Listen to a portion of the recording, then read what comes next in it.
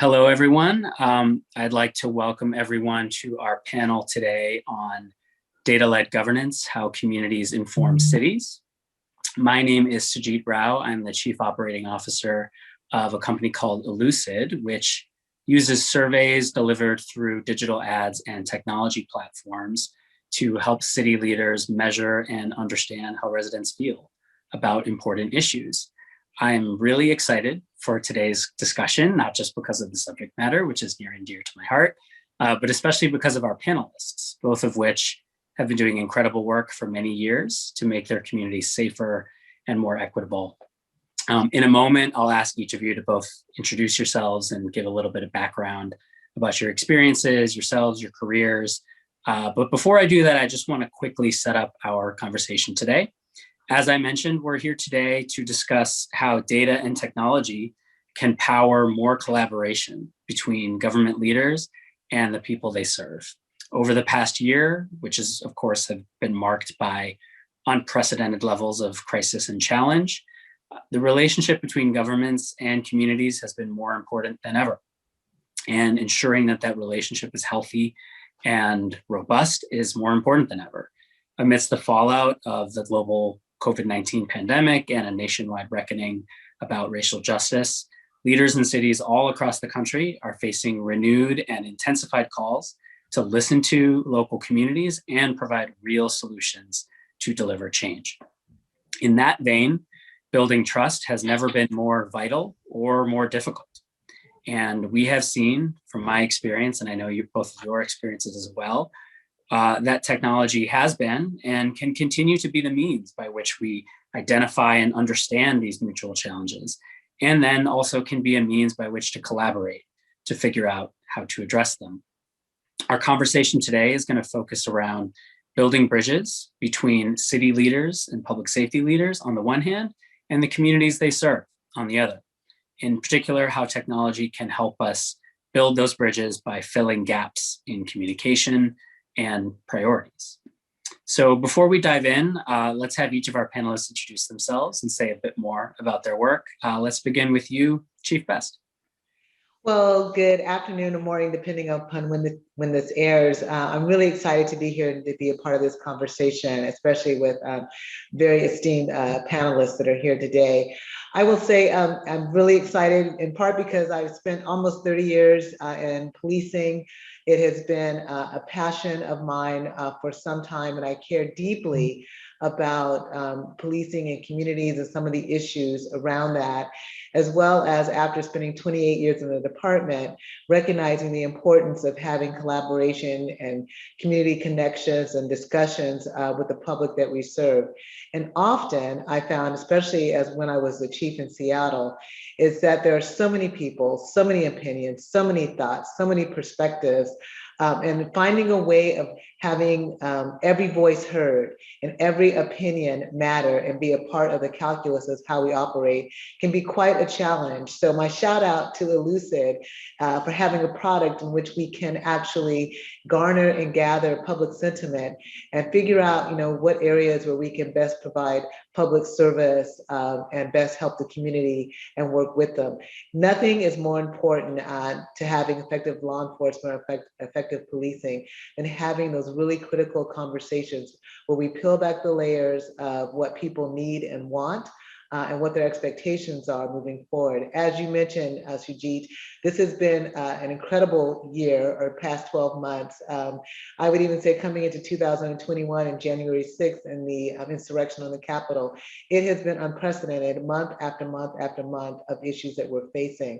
So there's never been a more critical time, in my view, than to acknowledge for lack of a better word, the transgressions of the past or the mistakes of the past, but also to move forward with new thinking, more dialogue, more creativity around this very important subject matter. Thank you. Yeah, no, I totally agree. Next, we'll hear from our other panelist, Nicole. Good morning or good afternoon. I'm Nicole Jordan McBride. I am the Advocacy Director for NYU School of Law Policing Project. Thank you so much for having me. I'm so happy to be here and honored to be a part of this panel, especially with like the amazing Chief Best and with you, Sujit. Thank you for having me. So I am based in Chicago, even though I work for NYU School of Law. And I have been working as a community organizer in a space of social justice reform and criminal justice reform for about 16 years now in Chicago and throughout Illinois.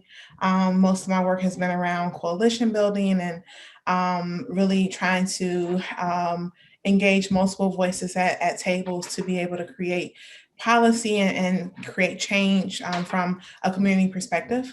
Most recently, I've done a lot of work in Chicago, did a lot of work in Chicago around police accountability with the development of a community oversight board or ordinance for a community oversight board for Chicago. And this was right on the heels of the Laquan McDonald murder, as well as the DOJ report and the police accountability task force report that was released in Chicago that kind of highlighted some of the problems that we were having historically, right? This wasn't just something that happened overnight. These are historic problems that Chicago and was having, particularly as it related to communities of color. And so in that role, or from that role, I kind of built on that and continued with, what does community police relationships look like?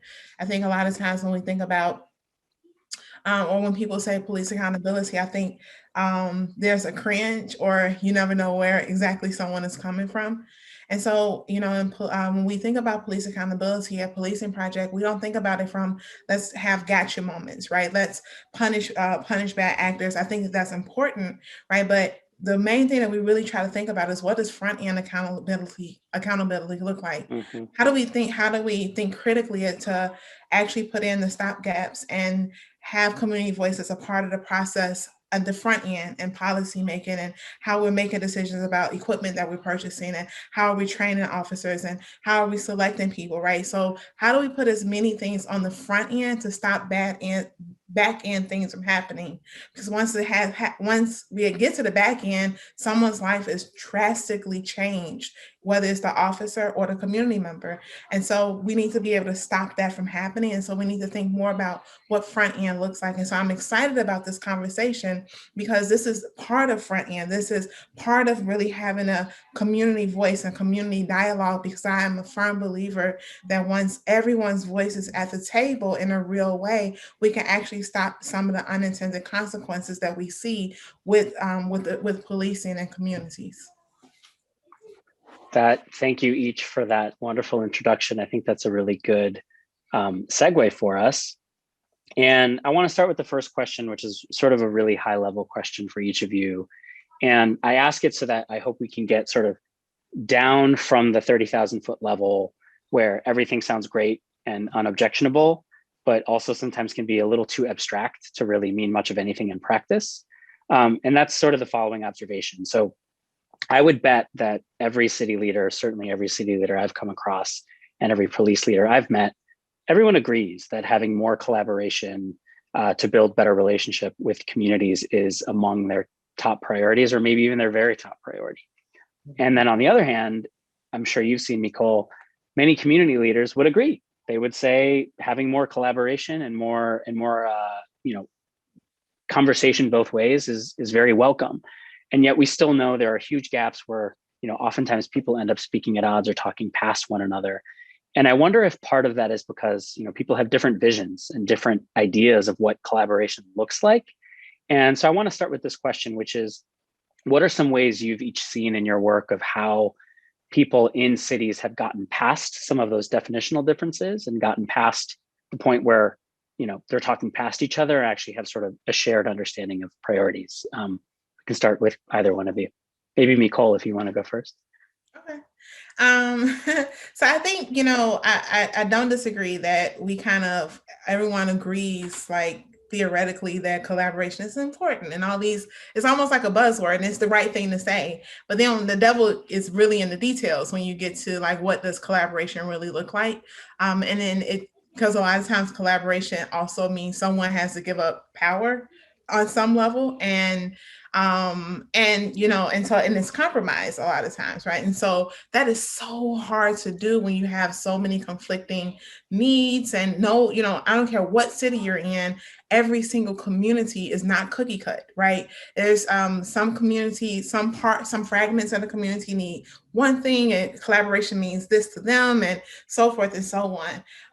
And it could look very different on the other side of town, right? But it's all one like large community. And so how do you really get from these two places and meet in the middle? And I think, for policing agencies and city leaders, right, to think critically about, what are all of the like sub communities that make up the whole? What do they look like, right? And start to really trying to bring in stakeholders or assess the needs on a subdivided level, and then figure out from there how can we dial back and actually start trying to bring all those needs to the table and have a conversation around that, right? So I think oftentimes what happens is that we try to something bad happens and we say, okay, we need collaboration, and then it's just like quick push for collaboration, and it's not very well thought out, and then it blows up, and it's like, okay, well, that didn't work, and then everyone goes back to their corners. It's like, it wasn't going to work in the first place, right? And so I think, in Chicago, we're rolling out what's called the Neighborhood Policing Initiative.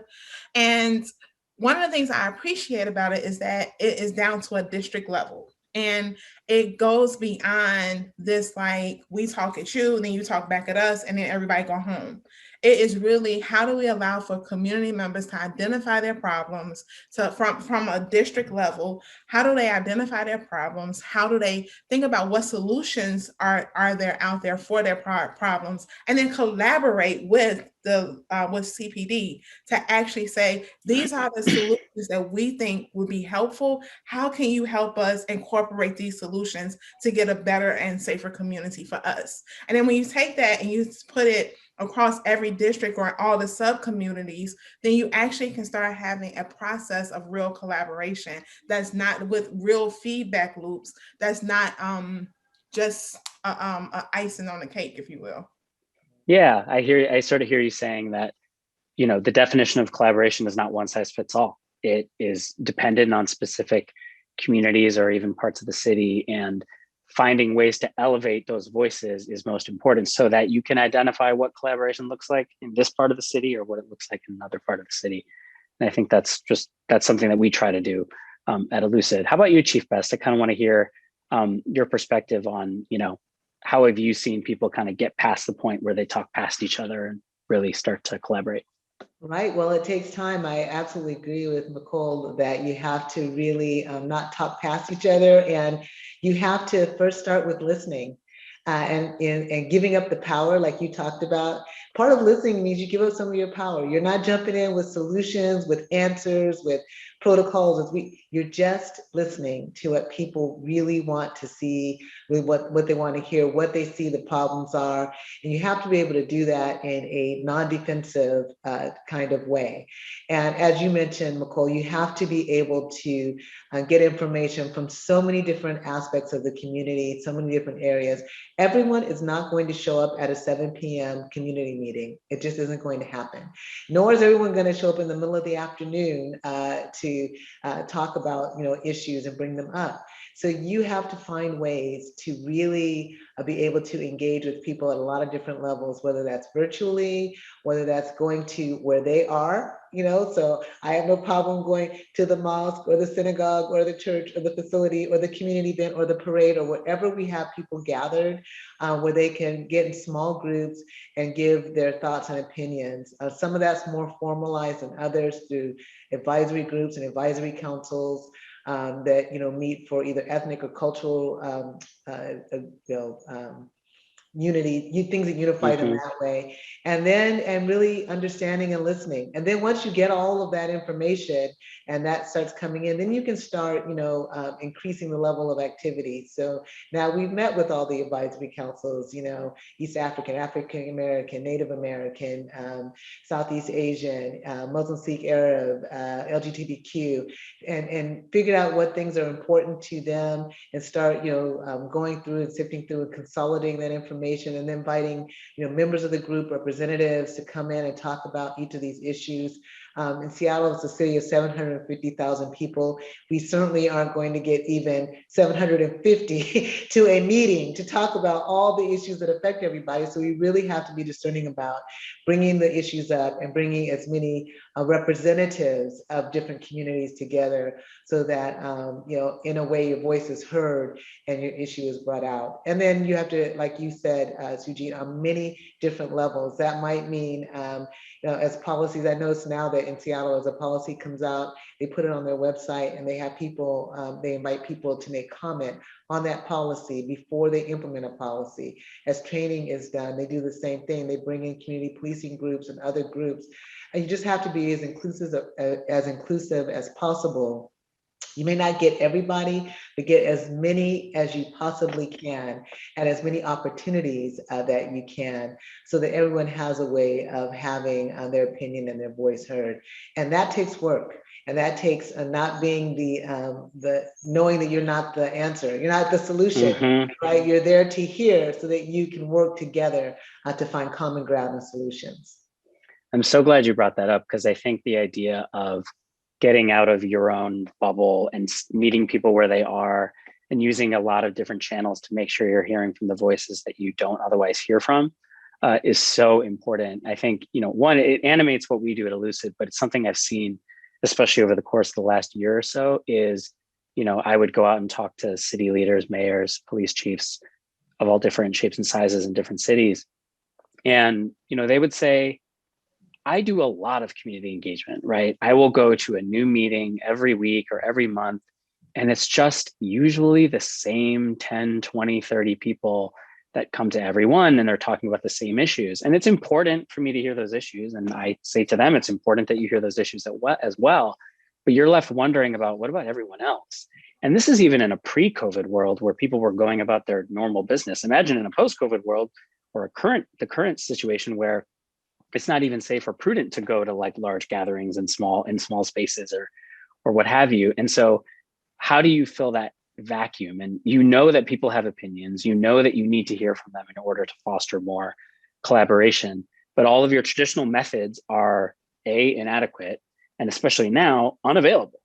And so you got to fill that gap. You got to fill that void. And so that's what our tools are designed to do, right? It's designed to meet people where they are. We use the devices and technology that people use every day to basically engage them and ask them short questions about the issues that matter most to them, so that leaders have that level of understanding. One of the things we've seen over the past year, especially after George Floyd was killed, is that the voices that are calling for change around some of the issues, there's new voices coming to the table. The issues aren't necessarily new, right? These are issues that have existed for decades, if not centuries, in many of our cities. But what's new is that we've seen new coalitions of people come together and start calling for change around a lot of the issues around racial justice, around police reform, around the need for more inclusivity in government processes. And so I'm curious to hear from each of you, how you think leaders and community members can kind of take advantage of that opportunity that I think exists, of new voices coming to the table and new consensus developing around the importance of change. I'm curious for you all to talk about how you think leaders can take advantage of this moment and that opportunity. Well, Sujit, I'll start with two different things. One, on the issue of, personally, I found it much harder to develop those relationships and talk to community in this post-COVID-19 environment, where there was a time when you could go and you break bread with the community, you share whatever cultural food that they have, and you learn about it, you play with the kids. I personally, thrive in that environment and love that environment. And suddenly now it's everybody is a box on the screen, and it just isn't the same. It just really isn't. You don't really get to develop the ties the way that you used to. And that makes it it does make it harder. I mean, there's no other way to say that. That makes it that much harder to do. But you just have to put the energy in regardless, and find ways. And certainly using technology as a way to gauge public sentiment, to talk about that when you have the opportunity to say, hey, we have this information that's come forward, this is what we're hearing. It's really important to be able to do that when you don't have the ability like we used to, just to meet people face to face and hear their story individually. I think it does create a bit more of a hurdle. Certainly it's not, it doesn't mean we can't do it, just means that we have to find new ways to engage. And that does make it a little bit more difficult, but still, I'd much rather be with you in person talking than on the screen. But this is the world we live in now, right? So we have to have these conversations in the manner that we do. So, I would just acknowledge that it's a little more difficult these days. And then when it comes to the issues of the race and social justice and reckoning, I will tell you, I'll just start out by saying my biggest fear is that we go through this and we end up where we always have, between, the riots in the 60s and then, Rodney King and, Ferguson and Breonna Taylor. And then all these things have happened. We've had these huge events that occur that are negative, that really, hearten us in terms of, we need to have change, we need to have it faster. And then you look and you're really looking for the practical applications of what has moved and has the needle moved, and often not that much. A lot of emotion, a lot of people coming out, a lot of things, happening, and everyone feels like this is the time, and the time is now. And then when we look for really practical change, sometimes it's really hard to see, how much change there's been. I'm not saying there hasn't been change. Certainly things I think are better than they have been, but it does seem like we should have more movement. And believe it or not, I think I believe that, police officers and government officials and others, many want to see that change as much as everyone else does, because we're people too. We have children, we have families, we want to see that change just like everyone else does. We want to, personally, I would say I want to make sure that it's done in a way that benefits everybody, isn't punitive to any entity or profession, that we really come together in a real and meaningful way. And it just hasn't been fast enough for many of us. So my biggest fear is that we'll have all of this, all the emotion around these events, and that a year from now or 2 years from now, there'll be another incident, no matter, and we'll be right back in the same spot, and we will only have moved marginally. So I think the time for change is important. The time to really push for radical and impactful change is very important. I really do feel that way. But it does also need to, make sure that we're, measured in that it's making that meaningful change that we all want to see. And I think we've made some starts there. There are newer, young voices that are coming to the table. And so we need to listen and hear them. I will honestly say I don't always agree with everything that I hear, but I am willing to listen. And I think a lot of people are, out of, for at least from my perspective, we had in Seattle, our largest, mass shooting that happened in January, followed right after that by COVID-19. And our area was one of the first major cities hit because it happened just outside of Seattle. So there was no roadmap to how to deal with it. Right after that, we had the death, the killing of George Floyd, and all the protests and all the emotions and racial, social justice reckoning that ensued after that. Right after that was the defund policing movement and what that meant and how we were going to work through those issues. And so, as we're still all working through that as a nation, we have, an election and, post-election, a lot of emotion, immigration issues and all the other things. And then we have an insurrection on the Capitol. So it has been a tumultuous and emotional year for many of us who really seek and want to see stability, change that affects us all positively. And I would say that, I'm not quite ready to say defund the police, if that means, abolish, but, it depends on who you're talking to, right? There's different definitions for what that actually means. So I think we need to really be clear and understand, what people are saying when they throw out these terms that are relatively new, and talk about, what their definition is, and then start devising some plans about how we, strategically move forward together. I think that's very important to do. I appreciate that. Nicole, what do you think about opportunities for leaders and community members to kind of take advantage of the moment we're in? Yeah, I have so much to say. I would like to just, first of all, before I go fully into that question, I want to kind of piggyback off of something that Chief Beth said. And I think that as we have these conversations about collaboration and, being inclusive, I think that it's really important to remember that everyone isn't going to agree, right? And I think that we get away from the place of thinking that collaboration means consensus, right? Because that's probably never going to happen. It's too many opinions, it's too many, you know what I'm saying? But I think that being able to say collaboration means just being like including voices and actually giving the space to hear voices and take it into consideration, which historically doesn't happen, right? And hasn't happened. And so, oftentimes I'm like, we're not gonna be best friends, right? That's probably not gonna happen. But how do we develop a working relationship that I'm not always on the negative receiving end? And you know what I'm saying? Like, how do you develop a working relationship as a public, like the police, or the city leadership with the various communities that make up the city? That being said, when I think about technology, I think about I feel like we were almost set up for this moment, as bad as it sounds. And I don't mean to make light of what has happened as it relates to COVID, George Floyd, and everything that has happened over the last year. And here's why. None of the things that we've seen, with the exception of COVID, is new, right? Like, police brutality wasn't a new thing. It wasn't, something that happened randomly or that nobody knew about. In the same way, when we think about the civil rights movement, like, that wasn't new. Like, dogs being launched on Black people wasn't a new concept, right? Like, this was happening.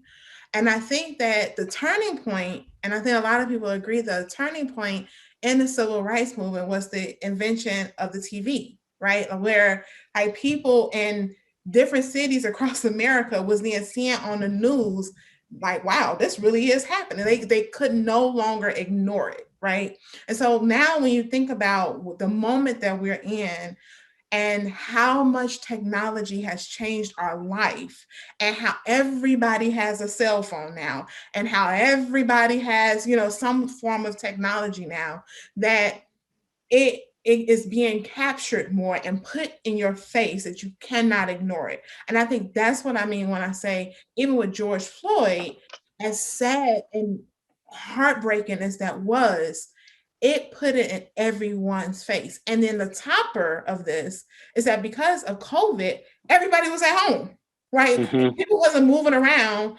and about their normal busyness of life. So people were actually sitting down, watching the news all the time, paying attention to what was happening in a way that they weren't doing before, right? And so I think that sparked something that every other situation wasn't able to quite spark, because people who could have ignored it or really wasn't seeing it because they were just busy about doing their life, were like, oh my God, right? And so how do I become an ally in this moment? How can I help in this moment? And I think that is the birth of younger people and new voices, and even like, if I dare say, like, white allies that are really speaking up for these issues, because it was easy to say, oh no, that's really not happening, or it's not that bad. But no, it is that bad, and you see it in front of your face, and you were forced to look at it. Yeah. If I can piggyback on that, Nicole, that is exactly it. I mean, the combination of people not, working, going to restaurants, going to the movies, they are home, they're watching. They also are participating more in the gatherings and the marches and those events because they have the availability, quite frankly, to do it. So we saw groups and mass gatherings, not that we hadn't seen that before, but at a consistent level that we just hadn't seen before. And I think a lot of that had to do with the fact that people were, more stationary, paying much more attention because they're at home. Like you said, they're able to watch the news and see what's happening on television more often. And the advent of technology and the way that impacted that certainly made a difference for what could happen. And we'd be remiss if we didn't say the way social media has impacted all of this too is really something, mostly for the better, but sometimes not, to be honest with you. Sometimes things get viral and they go out before they're validated, before they're verified, before you can even answer the question, it's already been, tweeted and retweeted, and it's runaway train. You can't even bring it back. So sometimes it's not as beneficial, but certainly it has given people a real world view and often real time view of what's happening. And changing the perspective of many. So I think that's really valid, a good point to bring out. Yeah, and it's something we saw a lot in the data that we collect. So we work in, maybe a dozen or so cities across the country, asking people what issues matter most to them, asking people what they want local leaders, what they want local police to be focused on. And one of the things we've seen or saw, especially over the course of the summer, was that because of all the factors that you both described, the portion of people that were saying, we care about racial justice, we care about police community relations, we care about the kinds of resources that police departments have or don't have, or those kinds of conversations just shot up in terms of how often they were being mentioned. And more importantly, in terms of who was mentioning them. I think, one point you've both touched on is these are not new issues. Leaders in communities have been advocating around this for a long time. But there was a little bit of a change in terms of who was speaking out, how they were speaking out, what channels they were using to speak out. Like you mentioned, social media, different platforms were consumed by conversation and debate around some of these issues. And I do think that is something that can be tapped into, right? Which is, if it's a forum where technology is a tool, like you said, Nicole, everybody has access to it. It creates an opportunity for engagement. It creates an opportunity to reach people where they are. It creates an opportunity to counteract some of the misinformation that might exist online if you can also flood the zone with some good information, which is a good segue to my next question, which is around trust. One of the things we see is that leaders everywhere want to build trust. They want to improve the level of trust between communities and city leaders and police leaders. And I kind of want to break that down. I'm curious what you all see as the key components of trust, or the key components of having a healthy relationship between governments and communities, and relatedly, how you think we can, nurture this as either people in our communities, or if you're a mayor or a police chief in your own city. Wow, I'm off mute, so I guess I'll start. Yeah, please. I think the trust question for me, I would say, trust isn't the absence of making mistakes, right? The problem that we have in cities oftentimes is that a police agency or a city government makes random purchases or does things, and then it come out through a FOIA request, and the next thing you know, it's on Eyewitness News, and the community is like, well, what? And so it's all those moments that has happened all the time, right? That has got communities in the place that they are as it relates to trust.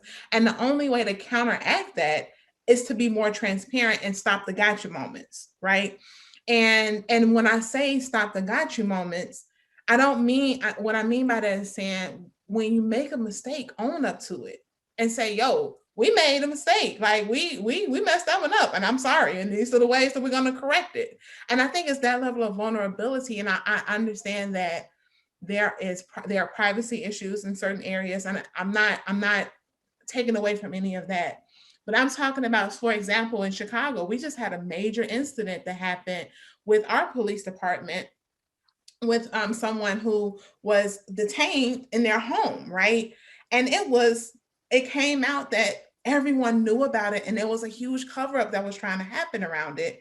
Those are the things that break trust. And I'm not saying, again, that we should, be breaking laws as it relates to, people's privacy, but it's really being upfront and honest about things. And so I think about, even with the Elucid technology, which is here in Chicago, the city government being honest about where their numbers really are. People don't trust us, and own it, right? And not try to make excuses for it or explain it away or what have you. but own what the situation is, develop a game plan for how you're going to address it, and include the community in it. And that's how we build trust. There's no other way than to actually take intentional steps to bring the community on board. That's great. Chief, anything you want to add? Well, yeah, Nicole hit it right on hit the nail on the head, so to speak, because the two key areas I always would focus on are really accountability and transparency. Those are the two, and Nicole has really talked about those extensively. You have to be transparent in everything that you're doing. You can't be hiding information. Mistakes will happen. Things will go awry. That is just a part of doing a business in a big city with a lot of complex and moving parts. But you have to make sure that you're being transparent about those things and not hiding it for months on end through either public disclosure issues or other things. If you have the video, share the video, for example, right? You just, good, bad, or ugly, that video is coming out at some point. So you just need to be transparent as possible on what you're doing. And then when things do not work well, when people do make mistakes, when people do have violations, you have to hold people accountable. You just have to. They cannot see people very clearly in the wrong, and they're not held accountable for their actions. So that has to happen. And I think another piece of that is you have to acknowledge, part of the listening part, you have to acknowledge the history and things that have happened. And I think that you have to acknowledge that depending upon who you are and where you are culturally and racially, your history, your understanding of history, of even in policing, whether, some people like to go to Sir Robert Peel about, the 9 elements of policing, and others talk about slave patrols. Right. So you have to acknowledge that difference in history and understanding of where you are. And then you have to be, transparent, and you have to hold people accountable. And I think that is the way you build, the trust and legitimacy, because you're not going to have I would love to, that, aspirationally, we want to have a mistake-free world where nobody gets in trouble and there aren't, bad situations. But in reality, those things will occur. And the only way people are going to trust you is if you've shown them through your actions and your accountability measures that you're serious about fairness and equity. I think that's a great point. I want to shift gears a little bit and ask about kind of data and tools and a lot of the concerns or pitfalls that you've seen city leaders kind of fall into. And so the first question is just around data, which is, as you think about the work you do every day, what kind of data do you wish you had more of, or do you think we should be trying to build tools to find more of, is the first question. Well, I guess I'll start. We'll take turns, Nicole. So I think data is incredibly important. I know that sometimes you get data overload. I mean, there's only so much that we need as a chief, but I certainly, when I was a chief, I wanted to know, all things, down the middle, so to speak, and anything that was an outlier really would catch my attention right away. So I'd want to know things like, well, how often are we using force? Where are we using force? What are the age of the people? What's the gender of folks? What's the gender of people that force is used on? What locations in the city? What time? There's a lot of information that can come to us that we can sort of, try to peel back the layers and understand why we're getting the results that we're getting. And I think it's important to have that data. I often would tease my data analyst, that correlation is not causation. I'd always tell them that. But we do look at correlations, right? And we do want to figure out what's causing these things to occur. So it can be incredibly important to have data. But additionally, data can also be weaponized against people as well. So you really walk that fine line of people cherry picking data, bringing out certain facts and details that don't really paint the full picture. And so while it's important to have as much information as possible so that you're making sound decisions based on the reality of the world that you're in, it's equally as important to make sure that you're painting the full picture and that the data isn't being utilized or skewed in a way to get whatever outcome it is you're looking for. So that's always a risk. The more information that you take in, because you want to have it, but you also don't want people cherry picking information out of it to utilize to get a certain outcome. I remember a reporter wrote a story about, I don't remember what the issue was, but he chose the data, but he chose a specific time period. Well, it wasn't inaccurate, but if you were looking at the entire picture, you'd get a different outcome than you would if you're looking at just the 6 months that you looked at from 3 years ago. Do you know what I mean? And so we have to be very careful about, painting the full picture and utilizing data for what it's worth, and not weaponizing it against certain people for certain things.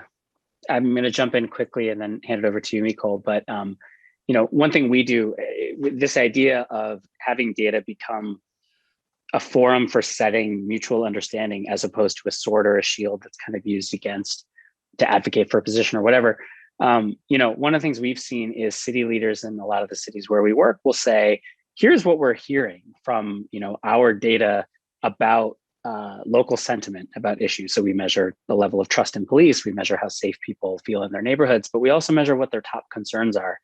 And you can say, okay, for this quarter, here's what we're hearing from you, residents, about what your top concerns are. Here's what we're doing to address those things. Here's what we want to do in the future to further address them going forward. Now let's have a conversation about those issues and any other issues that are on your mind in whatever sort of engagement forum you may have. And we've seen that sort of changes data from, I come with my facts, you come with your facts, and we just sort of hash it out. And it turns it into something that actually can be a forum for more collaboration. So I didn't want to let the opportunity pass without mentioning that. Nicole, I'm curious from your perspective to say more about, what kind of data is important to the work that you do. I could not say it best from what Chief Vesha said, as well as you, Sujit. I think that's the best data, is being able to identify like what the questions are, and what the output was, and being able to have a real conversation about what that looked like. I think, from a community or holistic community perspective, when we think about data, it would be interesting for community members to have a better understanding of like, training hours and, what kind of training, and, what does, I'm gonna mess this up, but it's like after you already are a professional and then you have to come back and be retrained, Chief Best. When officers have to go back for training, like refresher training. Yes, refrain. Like, what do those look like, right? Right. I know it's called, I think, CTEs for lawyers or something like that. But what do those continuing training efforts look like, right? And what are we covering? And being able to be realistic and honest about those kind of things, and let the community know, because the reality is that perception becomes reality. And especially in communities that have been negatively impacted by, policing issues, and they just kind of feel like, well, either these officers just kind of come and go on as they will, or, they aren't really getting training or whatever, right? So in order to combat that perception, you have to be able to combat it with reality, right? And to say, this is what we're doing, and this is what we have out here for you. And I don't know how, technology plays a role in that, other than like really being able to be forthcoming on like city websites. But those are things I think are important to the community. The other thing I would say though, that, when we think about data and you start getting into like more nitty gritty things, in the past life, I did a lot of school organizing. And one of the things that irritated me to no end was that they would do school report cards, right? But these report cards were so dense that you need a doctorate almost to understand. And so I'm saying that to say that it's not enough to say, well, we released the data, but you release it at such a high level of that a normal person with an average education could not be able to pick it up, decipher it, and understand what it means and how it impacts their life, right? And so I think a lot of times, or that's being able to say, oh, well, it's hidden in plain sight. Well, we released it, but did you really release it in a way that was actually useful for the community? And I think that that's something that, city leaders and police agencies have to be aware of. I appreciate that. I want to shift gears, so this will be the last question just in our last couple of minutes. A lot of city leaders look to embrace new technology or new tools to face a number of challenges. And we've seen examples where sometimes, whether due to a real understanding or sometimes due to a misunderstanding, people on the ground in communities, community leaders, other stakeholders will be opposed to city governments having access to more technology out of, concerns about surveillance or civil liberties, many legitimate reasons. And I'm curious if you can talk a little bit about what advice you would give to city leaders looking to embrace more technology and tools to avoid some of the pitfalls that can come with either, making an unforced error or combating misinformation about these kinds of issues. Well, I'm going to jump in on that because it was one of the areas of frustration that I typically have. It was, for example, drones in Seattle. Look it up. You'll see there's a lot of stories on the use of drones, and they don't use them for those very, very real concerns about, privacy and what you're looking at and all that.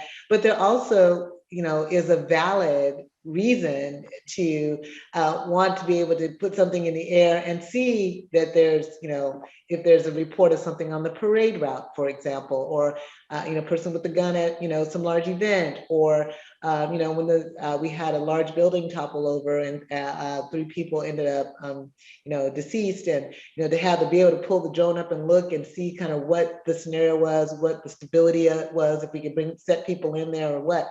So there are practical applications.